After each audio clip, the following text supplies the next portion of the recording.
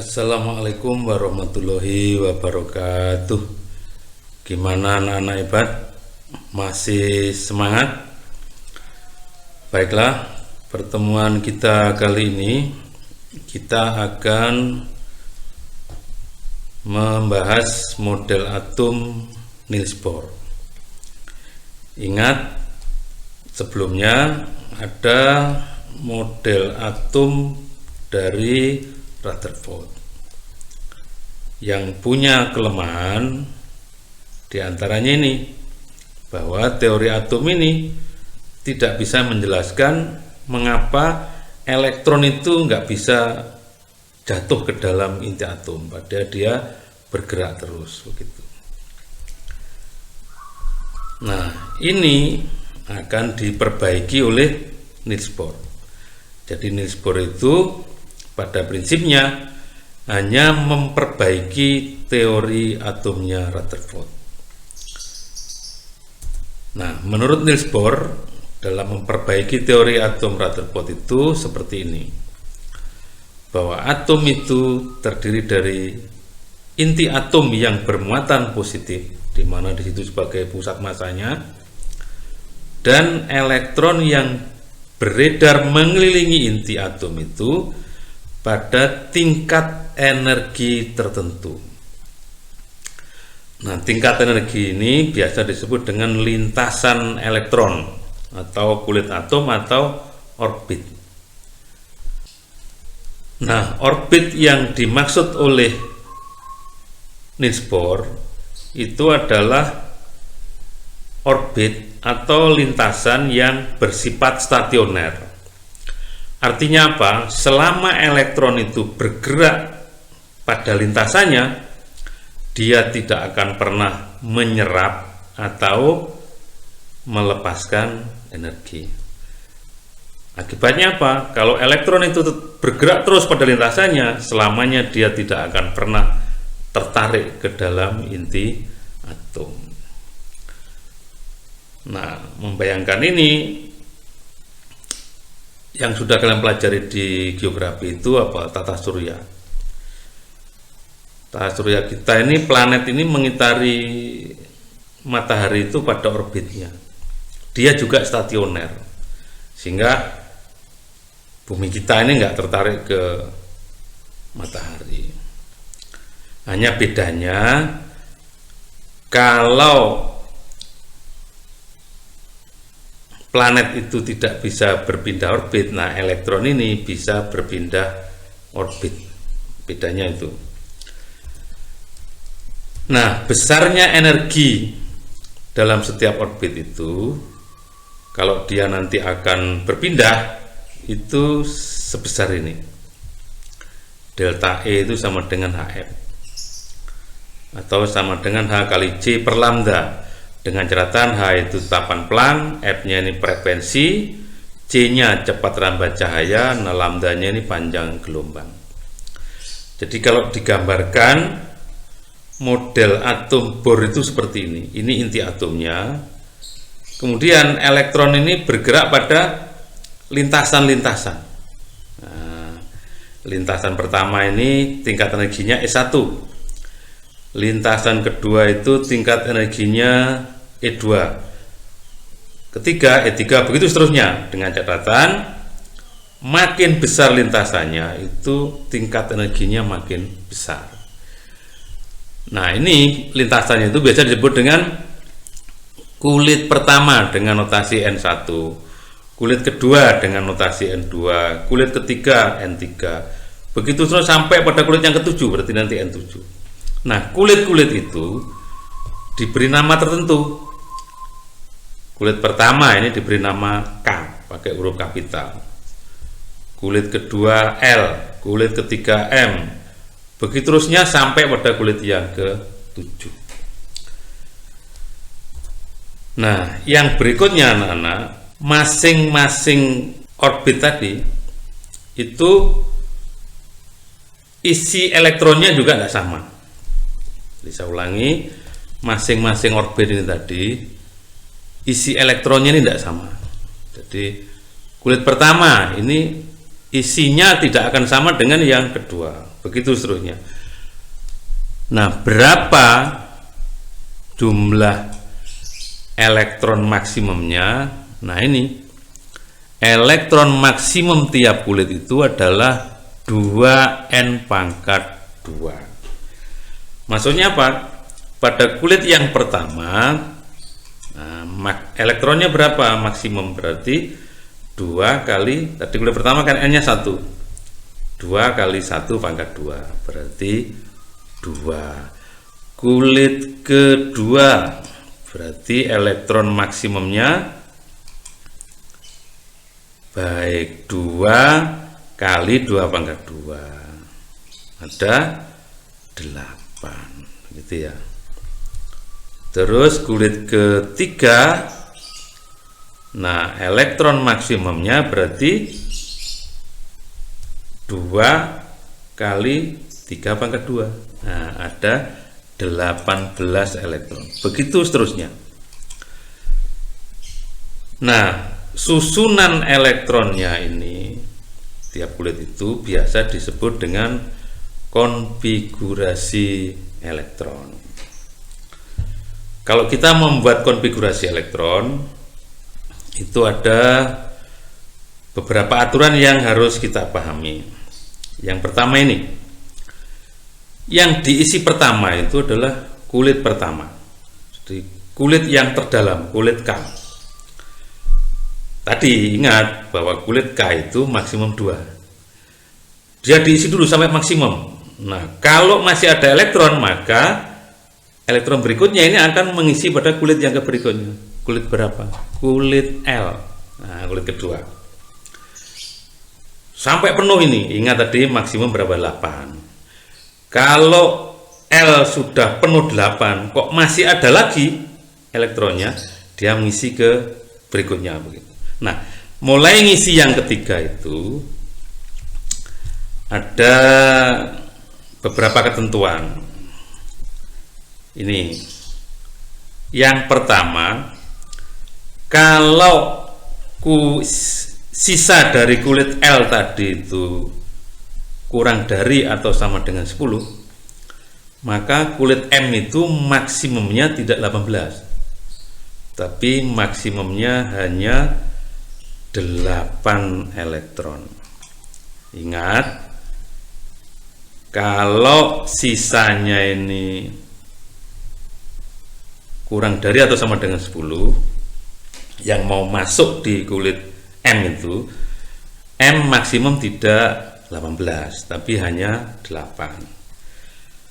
Kemudian kalau sisanya di atas 10, jadi kalau sisa yang mau masuk itu di atas 10, maka kulit M seperti tadi maksimum 18. Cuma caranya ngisi nggak langsung dimasukkan di kulit M itu enggak, tapi caranya ngisi diambil 2 dulu, ditaruh di kulit keempat, baru sisanya dimasukkan ke kulit yang ketiga. Nah, supaya lebih jelas, kalian perhatikan contohnya. Bisa kita buat tabel seperti ini ya. Nah, ini kulit pertama K, kemudian L, kemudian M, N, begitu seterusnya sampai ke 7. Nah, begini. Atau tidak usah begini, tapi langsung diurutkan aja, tidak apa-apa. Misalnya pertama unsur H, itu kan nomornya 1. Nah, ingat kalau nomor 1 berarti dia punya 1 elektron. Maka dia hanya ngisi di kulit K di sini. 1 gitu. Terus HE nomornya 2.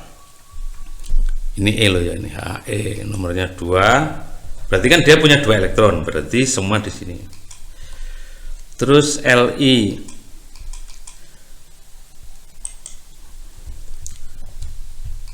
Nah, Li nomornya 3. Kan berarti dia punya 3 elektron. Maka seperti tadi yang diisi pertama kulit K. Diisi berapa? Diisi 2. Karena maksimum 2. Nah kan berarti masih ada sisa 1. Nah ini yang masuk di kulit berikutnya di sini 1 gitu. Sehingga konfigurasi Li berarti boleh kamu tulis seperti ini dalam tabel, boleh 2.1 gitu. Artinya itu kulit K diisi 2, nah kulit L diisi 1. Begitu seterusnya, misalnya ada lagi O. Nah, O itu nomornya kan 8. Berarti dia punya berapa? Punya 8 elektron. Sama ini yang diisi pertama berapa? Kulit mana? Kulit K. Berisi berapa? 2 saja. Nah, kalau dia punya 8 kan masih ada 6. Masuk di L. Ingat tadi L itu maksimum 8, berarti 6 itu semua di sini. Nah, begitu. Mudah kan ya? Oke. Misalnya lagi ada Na. Nomornya 11. Nah, dia kan berarti punya berapa? 11 elektron. Seperti tadi yang diisi pertama mana? K, diisi 2 saja. Berarti masih ada sisa 9. Nah, ingat tadi L itu maksimum berapa? 8. Berarti tidak langsung dimasukkan ke 9 di L semua, enggak, tapi cukup di sini diisi 8. Kan masih ada sisa 1. Ingat, kalau sisa dari L itu kurang dari atau sama dengan 10, maka M-nya maksimum 8. Karena 1 ya ditulis di sini aja. Berarti nanti, nah begitu. Mudah kan ya? Oke. Contoh berikutnya. Bentar ya, ini saya hapus dulu.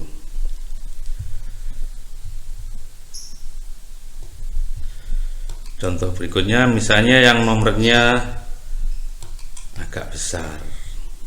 Nah, misalnya berapa? Apa? CL misalnya.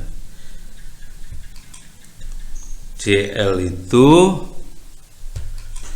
nah CL itu nomornya 17. Berarti 2, masih ada 15. Berarti L-nya diisi berapa? 8. Nah, kan udah 10. Masih berapa? Masih 7. Nah, ini kan di sisa dari L ini kan kurang dari 10. Maka di sini diisi 7 begitu. Paham ya? Oke. Terus K misalnya. Nah, 19. Nah, K19 ngisinya 2, 8, masih ada sisa berapa? Baik, masih ada sisa 9. Nah, itu kan kurang dari sama dengan 10. Berarti M-nya itu maksimumnya enggak 18. Kalau sisa dari L ini kurang dari atau sama dengan 10. Saya ulangi, kalau sisa dari L itu kurang dari atau sama dengan 10, kulit M tidak maksimum 18 tapi maksimum 8. Sehingga K itu ngisinya bukan 289 tapi 288. Nah, masih ada sisa 1 di sini. 1 gitu. Itu kalau 19. Nah, misalnya kalau 20, CA nomornya 20. Ini 20 ya. Maka 28. Kan sudah 10 ini. Sisanya mau di berapa? 10. Ini juga tidak semua dimasukkan di M di sini, tidak. Ingat, kalau kurang dari atau sama dengan 10, aturannya hanya diisi maksimum berapa? Nah, ini. Jadi bukan 18. Nah, berarti ini berarti ya 288 karena 10 kan? Nah, masih ada 2. Taruh di sini. Udah ya. Oke. Satu lagi SC nomornya 21. Maka 28, nah, masih berapa? Masih 11. Ingat tadi kalau di atas 10 maka M itu maksimum 18, tapi ngisinya bukan sisa tadi langsung kita masukkan di M, tapi kita kurangi 2 dulu untuk dimasukkan di N. Tadi kan begitu. Nah, ini yang B itu, kamu perhatikan yang B. Jadi diisi 18, tapi cara ngisinya sisa tadi kita ambil 2 untuk dimasukkan ke N, baru sisanya masuk ke M. Jadi ini ngisinya SC itu 28, bukan langsung 11, tapi 2829. Begitu ya. Nah, untuk yang berikutnya silahkan berlatih sendiri. Yang berikutnya anak-anak, yang terakhir adalah kelebihan dan kekurangan dari teori atomnya Niels Bohr. Nah, kelebihan dari teori atom Niels Bohr yaitu ini, bahwa atom itu terdiri dari beberapa kulit yang stasioner, dan dia juga sudah bisa menjelaskan bagaimana kalau elektron itu berpindah-pindah kulit. Kalau dari tingkat energi rendah ke tinggi dia butuh energi, kalau dari tinggi ke rendah, nah dia akan memancarkan energi dalam bentuk spektrum. Walaupun Niels Bohr itu yang bisa dia sebelaskan baru spektrum unsur hidrogen. Nah, kekurangannya ini, bahwa berdasarkan hasil penelitian yang berikutnya, ternyata gerakan elektron itu menyerupai gelombang. Oleh karena itu, posisi elektron itu tidak bisa ditentukan dengan pasti. Oh, di lintasan ini, di lintasan itu, dan seterusnya. Sehingga orbit yang dikemukakan oleh Niels Bohr itu masih dianggap punya kelemahan. Itu kekurangan yang pertama. Kemudian kekurangan yang kedua, tidak dapat menjelaskan spektrum warna dari atom yang berelektron banyak. Tadi saya singgung, yang dia bisa jelaskan dengan bagus itu adalah spektrumnya atom hidrogen. Nah, teori ini kemudian diperbaiki oleh beberapa ahli modern. Ada Heisenberg dan sebagainya. Silahkan dibaca di bukunya. Yang kemudian dimunculkan teori yang terbaru yang biasa disebut dengan teori atom mekanika gelombang. Ada yang disebut dengan teori atom mekanika kuantum. Nah, yang dipakai sebagai dasar dari teori mekanika gelombang itu adalah sifat dualisme dari elektron, karena elektron itu partikel yang sangat kecil. Nah, dia selain bersifat sebagai materi, elektron itu juga bersifat sebagai gelombang. Nah, karena dia bersifat sebagai materi dan gelombang, maka pada pergerakan elektron itu juga berlaku hukum-hukum gelombang. Misalnya ada begini, ada lambda itu sama dengan H per mv. Di lambda itu panjang gelombang, H ini tetapan Planck, M nya ini massa, V nya kecepatan partikel. Nah, dari teori-teori yang terbaru itu, ada teori ketidakpastian dan sebagainya, maka teori atom Bohr itu diperbaiki lagi. Nah, bahwa elektron dalam mengitari inti atom itu tidak bisa ditentukan dengan pasti.